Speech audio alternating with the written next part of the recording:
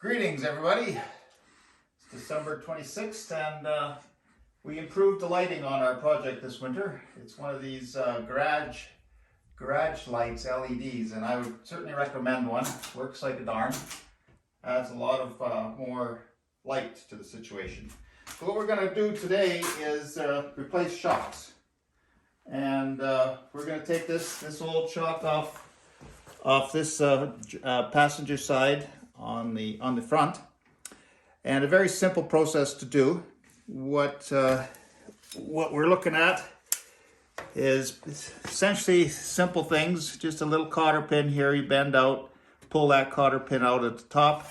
Similarly at the bottom, you can pull the cotter pin, bend it, pull it out through the hole, and then this old shock essentially should slide right off, we hope.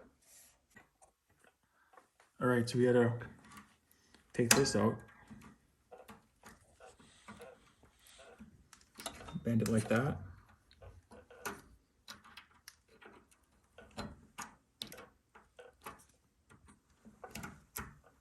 Just yank it out. Now we're working on the bottom. It's a lot easier when there's no wheels on. So just bend this one up to the top one.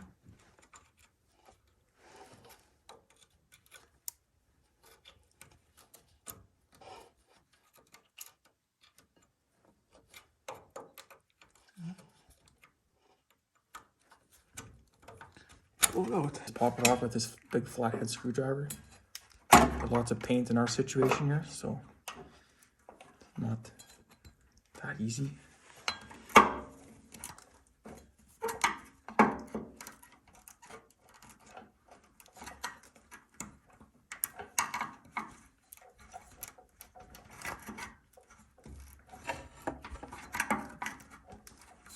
And make sure to save this washer. Need it again. And it's just the same step with the washer at the bottom, just pop it off.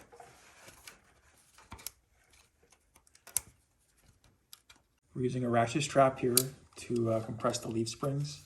So it's easier to take off the shock absorbers. So we're just gonna tighten it up and it'll compress it a bit. And hopefully we can just pull this thing off.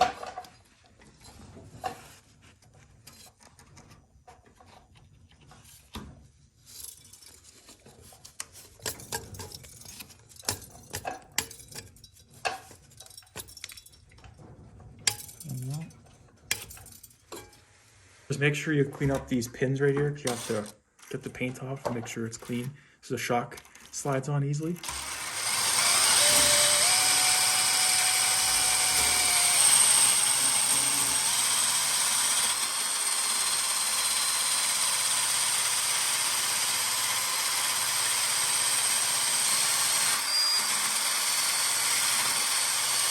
Make sure you degrease them, so clean them up and then you can put the grease on.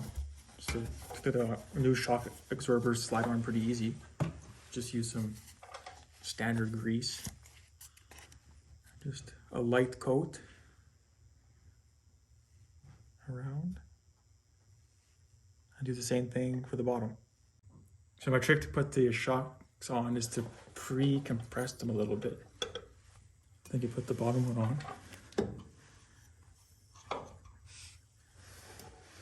And while it's going up, slowly just wait till it lines up.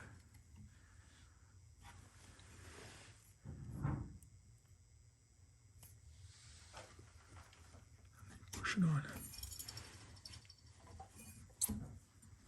So I had to build my own tool to put these shocks on, so I just found this metal pipe, around the garage. I just cut it like this. Like a small little notch at the very top, and with this notch you can put the cotter pin straight through this with the cotter pin, so you can push it in and clamp it.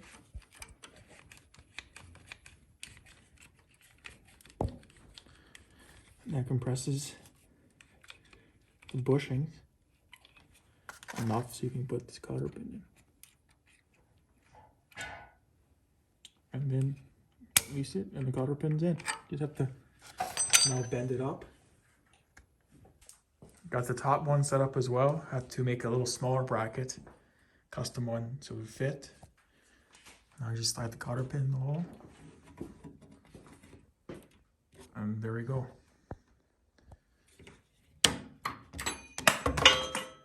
Now I have to bend the cotter pin up. So it's kind of wraps her up for today. So we got 2 front shocks in, and that's the other one we did. So they're both in. The back is pretty much the same kind of setup. That will conclude today's shock installation. Over and out for today.